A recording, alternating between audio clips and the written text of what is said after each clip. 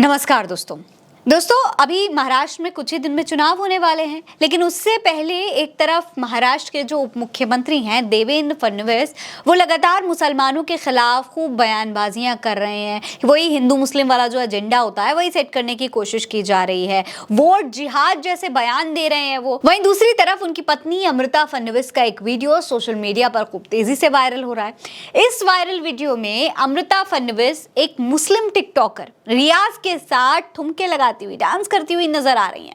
अब जाहिर सी बात है, टिकटॉकर हैं, डांस करना मना नहीं है, किसी के साथ भी डांस कर सकती हैं। लेकिन लोग सवाल पूछ रहे हैं कि आखिर नेताओं की, आखिर देवेंद्र फडणवीस की, आखिर उनकी पत्नी की ये कैसी हिपोक्रेसी है। एक तरफ तो आप हिंदू मुस्लिम के बयान देते हैं, नफरत फैलाने की कोशिश करते हैं, हिंदुओं के खिलाफ, मुसलमानों के खिलाफ बयानबाजियां करके दो गुटों को लड़ाने की कोशिश करते हैं। वहीं दूसरी तरफ आप ही के घर में आपकी पत्नी जब एक फेमस टिकटॉकर के साथ डांस करती हैं, तब तो आपको कोई दिक्कत नहीं होती। क्या सारी नफरत, क्या सारा जहर, क्या सारा एजेंडा सिर्फ गरीबों के लिए है? आपके घर में ये सब कुछ अप्लाई नहीं होता? क्या सारी हिंदू मुस्लिम के जो ज्ञान है वो खाली आप गरीबों के लिए, आप वोटर्स के लिए, आप आम जनता के लिए ही अप्लाई करते हैं? उन्हीं के दिमाग में ये जहर घोलने की कोशिश करते हैं। दोस्तों, सोशल मीडिया पर अभी अमृता फडणवीस का ये वीडियो वायरल हो रहा है, उसके साथ ही देवेंद्र फडणवीस का एक बयान भी है जिसकी खूब चर्चा हो रही है।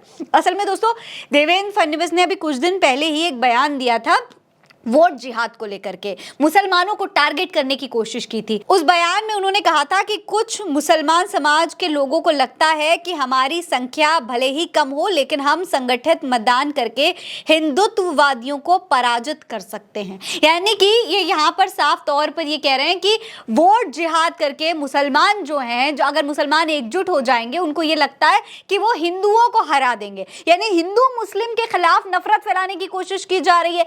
मुसलमान के एकजुट होने को ये वोट जिहाद का नाम दे रहे हैं। लेकिन दूसरी तरफ जब इनकी पत्नी इस तरीके से एक मुस्लिम के साथ में डांस करती हुई नजर आती हैं, तो इनको किसी तरीके की कोई दिक्कत नहीं होती, कोई आपत्ति नहीं होती। दोस्तों, एक तरफ तो ये इस तरीके से वोट जिहाद पर बड़े बड़े बयान दे रहे हैं, मुसलमानों के खिलाफ नफरत फैलाने की कोशिश कर रहे हैं। वहीं जब उनकी पत्नी का ये वीडियो सोशल मीडिया पर वायरल हुआ तो लोगों ने क्या कहना शुरू किया, वो देखिए। वायरस बाबा इंडिया वाले नाम के एक पेज से लिखा गया है कि महाराष्ट्र के उप मुख्यमंत्री देवेंद्र फडणवीस उधर हिंदू जगाने में व्यस्त हैं, इधर उनकी बीवी अब्दुल के साथ रील बना रही हैं। और गजब की बात यह है कि अंधभक्त आज भी 2 रुपल्ली कमाने के लिए मस्जिद के सामने मुजरा कर रहे हैं। AK स्टालिन ने लिखा है कि देवेंद्र फडणवीस जी, मुस्लिम सिर्फ पंचर नहीं बनाता, शायद आपने रील नहीं देखी क्या, देख लीजिए।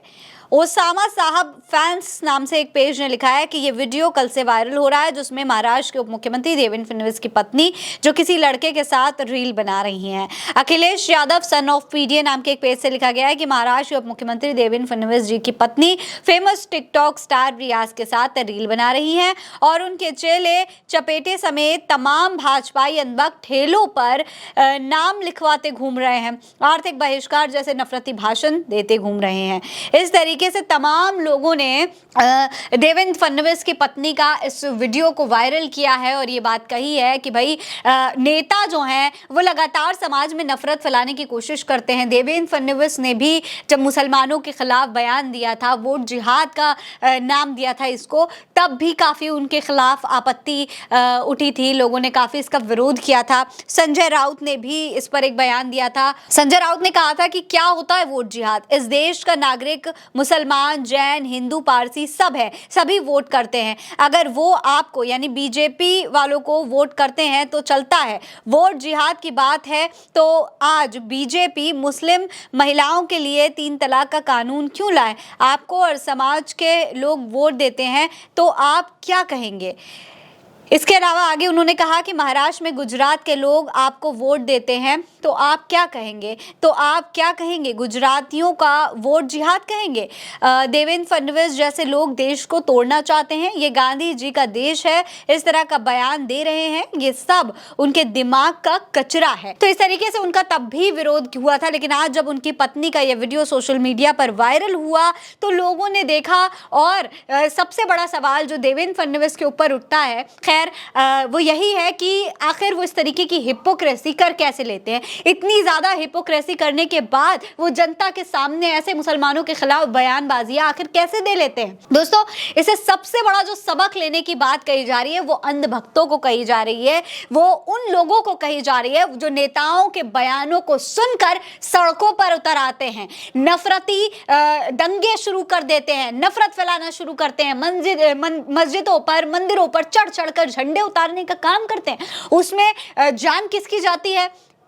हिंदू की जाती है, मुसलमान की जाती है, गरीब के बेटे की जाती है, नेताओं के बच्चों की नहीं जाती। नेता ये जो बयान देते हैं ये सिर्फ और सिर्फ समाज में नफरत फैलाने के लिए ही देते हैं। इनके खुद के घरों में ऐसा कुछ भी नहीं होता है। जो नफरत इन्होंने समाज में फैलाई है वो अपने घर पर ये बिल्कुल नहीं फैलाते। ये अपने घर पर उसी तरीके से रहते हैं जैसे आम लोगों को रहना चाहिए, और इसमें कोई आपत्ति भी नहीं है। अगर कोई भी इस तरीके से डांस कर रहा है, साथ में नाच गाना कर रहा है, इंजॉय कर रहा है, तो उसमें कोई आपत्ति नहीं है। आप परफॉर्म कर सकते हैं, आप रील्स बना सकते हैं, चाहे हिंदू हो चाहे मुसलमान। लेकिन इस तरीके की हिपोक्रेसी करना, समाज में जनता के बीच में जहर फैलाना और फिर अपने घर में ये सब कुछ करना, वो आपत्तिजनक है। इस पर आपकी क्या राय है हमें कमेंट सेक्शन में लिखकर जरूर बताइएगा। ये खबर आप उल्टा चश्मा यूसी पर देख रहे हैं। नमस्कार।